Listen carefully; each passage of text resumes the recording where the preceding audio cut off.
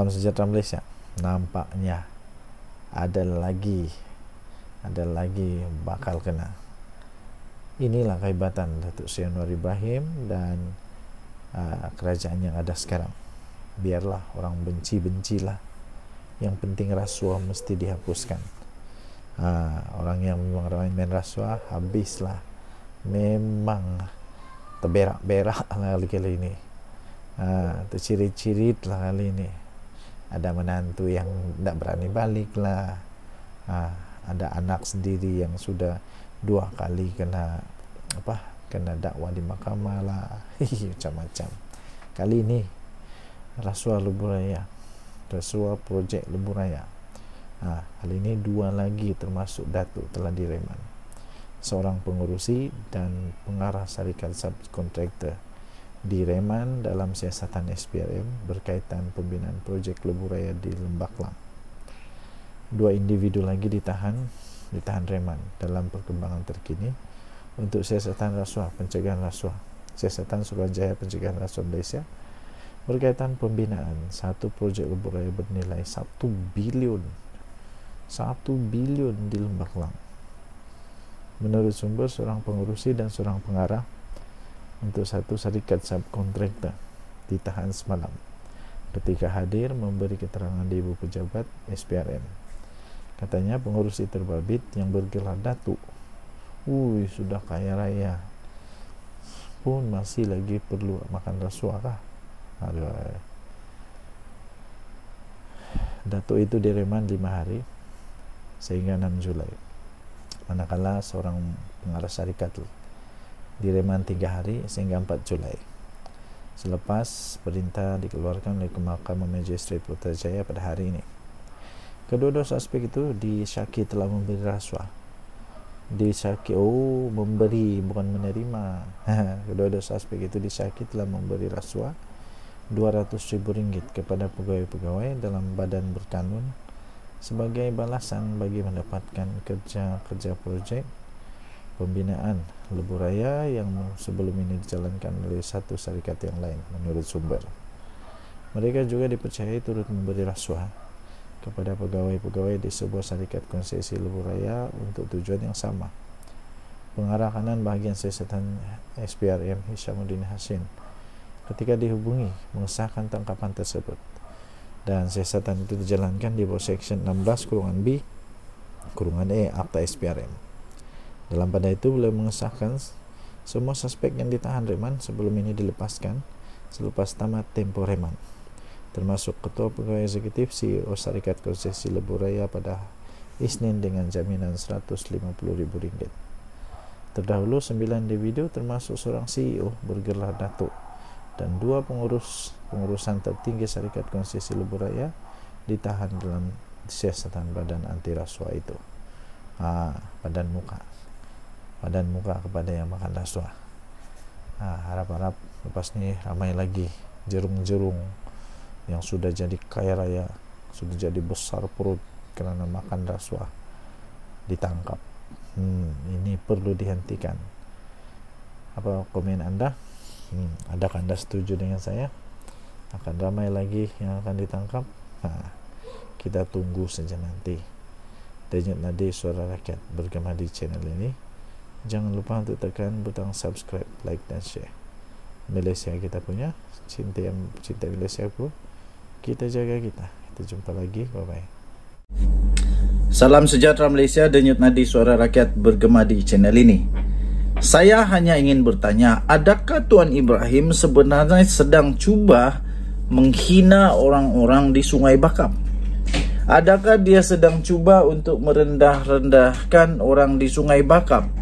Adakah dia punya fikiran, dia menganggap orang-orang Sungai Bakap ini tak cukup otak, tak cukup ilmu, tak cukup pendidikan, tak cukup akai nak fikir benda yang dia cakap tu betul ke tidak? Kalau memang betul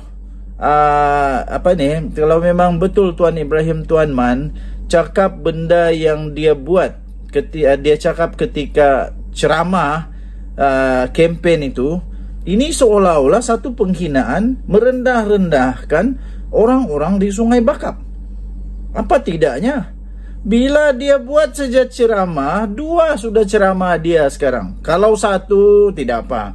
2 ini maknanya memang berkali-kali dia fikir. Mungkin dia fikir orang-orang di Sungai Bakap ini otaknya rendah-rendah sampai ke lutut. Jadi orang-orang Sungai Bakap, pikirlah dalam-dalam, renung-renungkanlah, betulkah apa dia buat nih? Pertama, dia cuba untuk spin. Dia cuba untuk kelentong orang-orang di Sungai Bakap. Mungkin dia tak tahu kot bahawa orang Sungai Bakap pintar-pintar, bijak-bijak. Ada kawan-kawan sebenarnya saya ada juga kawan di Sungai Bakap. Bijak orangnya, pandai orangnya, pintar orangnya. Kalau setakat Tuan Ibrahim beri contoh calon dia ada ISO punya sijil, saya fikir itu bukan caranya Tuan Ibrahim. Janganlah cuba merendah-rendahkan pikiran orang-orang di Sungai Bakap dengan bagi contoh ISO. Aduh, orang Sungai Bakap bijak-bijak, pandai-pandai. Bukan macam ahli-ahli PAS kot. Ahli-ahli PAS apa saja pemimpin dia cakap, walaupun manusia dibagi ISO, sijil ISO macam kilang, semua walaun dalam PAS semua percaya saja. Tapi orang-orang Sungai Bakap bukan begitu ya. Itu pertama. Pertama bolehlah dimaafkan, boleh dimaafkan. Kut-kut lah dia tersilap cakap. Dia bukanlah berminat untuk nak spin atau kelentong. Tapi rupa-rupanya kali kedua pun benda sama berlaku juga. Apabila Tuan Ibrahim Tuan Man lagi teruk kali ini, dia bagi contoh yang lebih teruk, yaitu moto moto yang mungkin pakai diesel. Macam mana moto pakai diesel, tuan-tuan dan puan-puan? Saya pikir orang-orang di Sungai Bakap biasa nampak moto. Di Sungai Bakap ada motosikal besar, motosikal kecil, motosikal macam-macam, ada motosikal. Dan saya pikir orang-orang di Sungai Bakap pandai menilai motosikal itu naik isi minyak, diesel atau petrol. Janganlah merendah-rendahkan orang di Sungai Bakap, Tuan Ibrahim Tuan Man, sampai memberikan contoh, sampai beri contoh pula seolah-olah motosikal isi dengan diesel. Janganlah sampai macam tu, tak baik tau. Kalau nak tipu, nak kelentong, nak spin, kasih spin lah, tipulah orang-orang PAS, ahli-ahli PAS yang semua percaya apa saja pemimpin dia cakap betul tak pikir terus sentam, ini betul ikut je. Itu PAS. Tapi untuk orang-orang di Sungai Bakap pikirlah dalam-dalam, sesuai kada cakap macam begitu di kempen. Ada orang cakap dengan saya, kau tu memang pengundi PH. Saya tidak pernah undi PH, minta maaf. Saya tidak pernah undi PH sebab belum pernah dalam sejarah di kampung saya, di tempat saya tinggal, di parlimen tempat saya tinggal, belum pernah ada Pakatan Harapan bertanding di sini. Cuma baru-baru ini pernah ada bertanding. Tapi saya tak undi Pakatan Harapan pun. Saya tak undi Pakatan Harapan. Saya tak undi adalah rahsia kan. Tapi untuk nak kata saya ini Barua DAP kah? Tidak. Saya tidak pernah jadi Barua DAP. Kalaupun saya jadi Barua DAP, kalaupun lah. Tapi saya bukan Barua DAP, tidak pernah kena bayar pun. Kalau nak jadi Barua, kamu jadi sajalah, tapi saya tidak mau jadi Barua. Denyut Nadi Suara Rakyat bergema di channel ini. Jangan lupa tekan tombol subscribe, like dan share. Bye bye. Salam sejahtera Malaysia. Denyut Nadi Suara Rakyat bergema di channel ini. Berita terkini yang baru saja kita terima. Ini bukti bahawa kerajaan Madani ini, kerajaan Pakatan Harapan ini, kerajaan perpaduan ini memang betul-betul akan membenteras rasuah.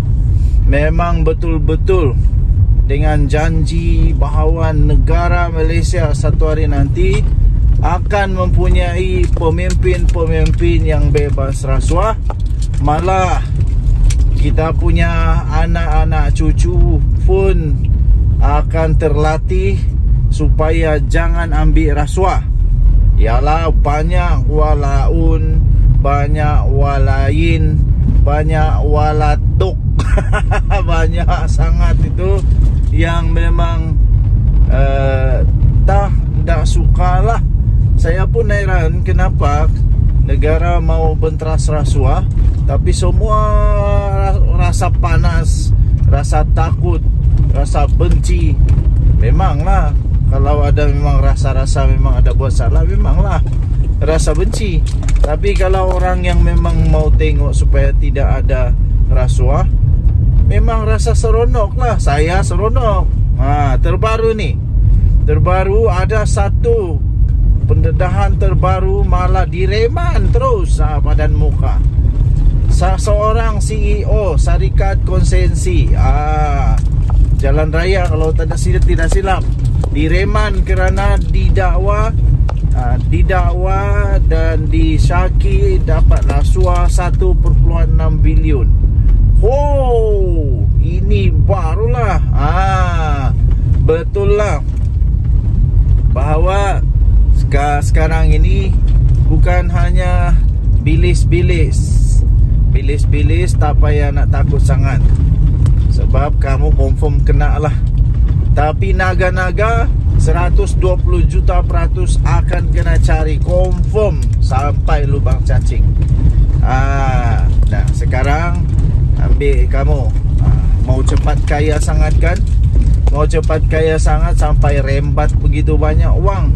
Bayangkan 1 bilion itu 1 bilion itu, bayangkan boleh buat berapa banyak kemajuan, bantuan kepada rakyat kalau diguna dengan betul, bukan dimakan sebagai rasuah. Bayangkan berapa banyak. Contoh sajalah, kalau 1 bilion itu dipakai untuk membuat sekolah, membuat membuat hospital kah, klinik kah, 1 bilion. Tahu berapa banyak boleh buat tu? Berapa banyak boleh dibantu orang-orang miskin, pelajar-pelajar miskin. Tapi sebab ada manusia haprak hampes yang tamak nih, sampai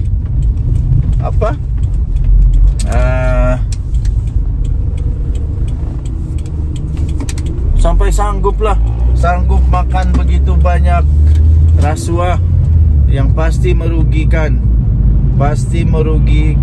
negara Malaysia.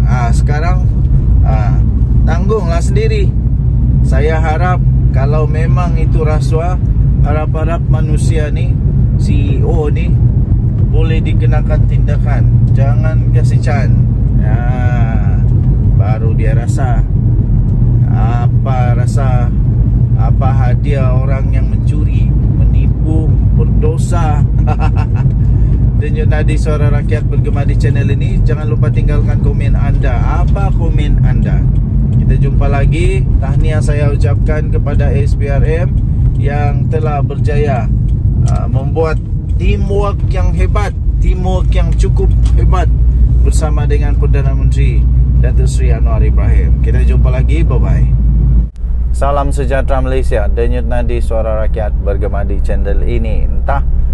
Entah mana malaun malaun mana entah yang tiba-tiba keluar sebar kata amanah tidak sokong habis-habisan PRK Sungai Bakap untuk calon PKR. Aduh, mana ada macam tu. Mana ada. Amanah dan PKR memang tidak pernah pun boikot. Dah tahulah kalau daripada parti yang lain. Tapi kalau dari Amanah tidak ada. Telah dinafikan konon-konon ada boikot memboikot. Tidak ada boikot ya. Dan inilah sebenarnya taktik terakhir para pengkempen, peraih undi, para pemancing undi, pengadu domba. Pengadu domba. Untuk dipancing undi, dibuatlah cerita, segala-gala cerita yang boleh jadi cerita. Jadi tuan-tuan dan puan-puan yang dihormati sekalian, memang sungguh kasihan apabila sudah tiada modal untuk mau dibuat kempen, untuk mau dijadikan modal untuk buat kempen, akhirnya terpaksalah mencipta naratif, mencipta cerita dongeng, mencipta reka-rekaan, macam-macam lah. Jadi bagi anda yang suka sangat membuat reka-rekaan, berhentilah buat reka-rekaan. Ini telah dinafikan. Amanah nafi, tak turun padang. Presiden amanah sendiri, iaitu Muhammad Sabu, telah mengulas satu persoalan mengapa amanah tidak dilihat bersama dalam parti komponen yang lain. Amanah menafikan tidak turun padang bersama dengan jentera Kerajaan Perpaduan sepanjang kempen PRK untuk Sungai Bakap yang bermula pada Sabtu lepas. Presidennya Muhammad Sabu berkata, setiap jentera parti komponen dalam Pakatan Harapan diberikan tugas dan lokasi khusus seperti mana yang telah diarahkan oleh kepimpinan Kerajaan Perpaduan. Katanya, kami bertumpu di kawasan Sungai Duri. Di sana ramai pengundi yang majoritinya adalah Melayu, katanya ketika ditemui dalam program Jom Masak Menu Sihat Cita Rasa Pertubuhan Peladang Kawasan di Tasik Cempedak. Itu alasan dia. Jadi bagi anda yang tak tahu apa-apa, tapi lepas tu perasaan trip tahu, sok tahu, orang Indonesia bilang sok tahu semua, tak payahlah, bikin malu kamu saja. Bikin malu saja kalau sudah kedapatan menipu, sudah kedapatan membuat cerita. Jadi lebih baik jangan buat cerita. Ada teknik, ada strategi yang sudah dibuat oleh Amanah dan Pakatan Harapan. Jadi yang lain-lain tak payahlah nak sibuk-sibuk hal orang, sibuk-sibuk kelahkan calon yang kamu punya calon. Kasih naik-naik lah nama dia. Dia kan ada ISO. Ada ISO. Lepas tu dapat perkenan pula dengan General Perang untuk Perikatan Nasional, iaitu Sanusi. Bukan main lagi. Kena backup, kena payung habis oleh Abang Sanusi. Okey, Denyut Nadi Suara Rakyat bergema di channel ini. Begitulah kejadiannya di Sungai Bakap. Kita jumpa lagi. Bye-bye. Salam sejahtera Malaysia. Denyut Nadi Suara Rakyat bergema di channel ini. Memang betul-betul lah seperti yang sudah saya agak, bahawa si Muhyiddin Yassin bekas Perdana Menteri Malaysia yang dianggap paling gagal, yang selalu dicakap paling gagal, Perdana Menteri 33 bulan paling gagal. Dia sudah out of control of this Parti Bersatu PPBM. Kenapa saya kata begitu? Kerana dia sendiri mengaku dia tidak tahu pun Tok Pa telah keluar daripada Bersatu. Senang saja. Logically, kalau memang dia ada kontrol, dia ada kuasa yang memang bagus kepada parti ini, pasti dia tahu semua yang ada dalam parti. Takkan muka besar macam Tok Pa dia tidak tahu sudah keluar Bersatu. Mustahil. Ialah kalau ada orang di kampung saya yang anggota ahli Bersatu keluar Bersatu, mungkin Muhyiddin boleh lah tidak tahu. Tapi kalau tiba-tiba Tok Pa yang begitu besar nama tu dia tidak tahu, memang Muhyiddin memang ada masalah ingatan kot. Jadi pertama, dia tidak ada lagi kuasa sebenarnya. Jadi siapa sebenarnya yang berkuasa dalam Bersatu? Azmin Ali? Hamzah Zainuddin, atau siapa yang berkuasa sebenarnya dalam Bersatu? Sampai benda ni pun Muhyiddin Yassin tidak tahu. Ini kah yang mau jadi Perdana Menteri lagi? Macam mana Muhyiddin Yassin mau jadi Perdana Menteri kalau parti dia sendiri, Tok Pa yang begitu besar pun dia tidak tahu pun sudah keluar daripada parti. Nanti kalau dia jadi Perdana Menteri, nanti macam mana dia mau tahu pula? Ada orang yang perlu bantuan, ada rakyat yang perlu bantuan. Nanti hanya orang-orang yang famous saja kah? Itu persoalan dia lah. Kedua, yang memang agak mengejutkan ialah Muhyiddin Yassin seolah-olah ada sesuatu yang dia risau dengan Tok Pa. Ada sesuatu yang dirisau dengan Tok Pa, yaitu adakah Tok Pa akan berpaling dari kawan menjadi lawan? Adakah dari lawan menjadi lawan? Saya pun tidak pasti, saya pun tidak tahu apa yang bakal terjadilah. Tapi yang pasti menjadi satu yang sangat pelik bagaimana Muhyiddin Yassin tidak tahu. Adakah memang ada gerakan di dalam Bersatu secara diam-diam yang Muhyiddin Yassin tidak tahu? Adakah ini adalah tanda utama yang sangat jelas yang menyatakan bahwa ada gerakan di dalam Bersatu yang Muhyiddin tidak tahu?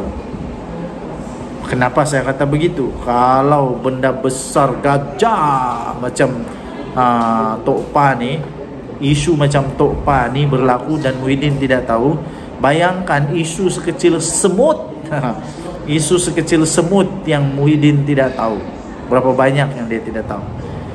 Jadi tidaklah sesuai untuk Muhyiddin Yassin jadi Perdana Menteri, saya rasa sekali lagi, kerana kredibiliti dia sudah tercalar di mana dia tidak lagi dapat ada skill, tidak ada lagi kompetensi dia untuk menjadi pemimpin yang serba tahu. Kami mau Perdana Menteri yang serba tahu. Mana kami mau Perdana Menteri yang semua dia tidak tahu.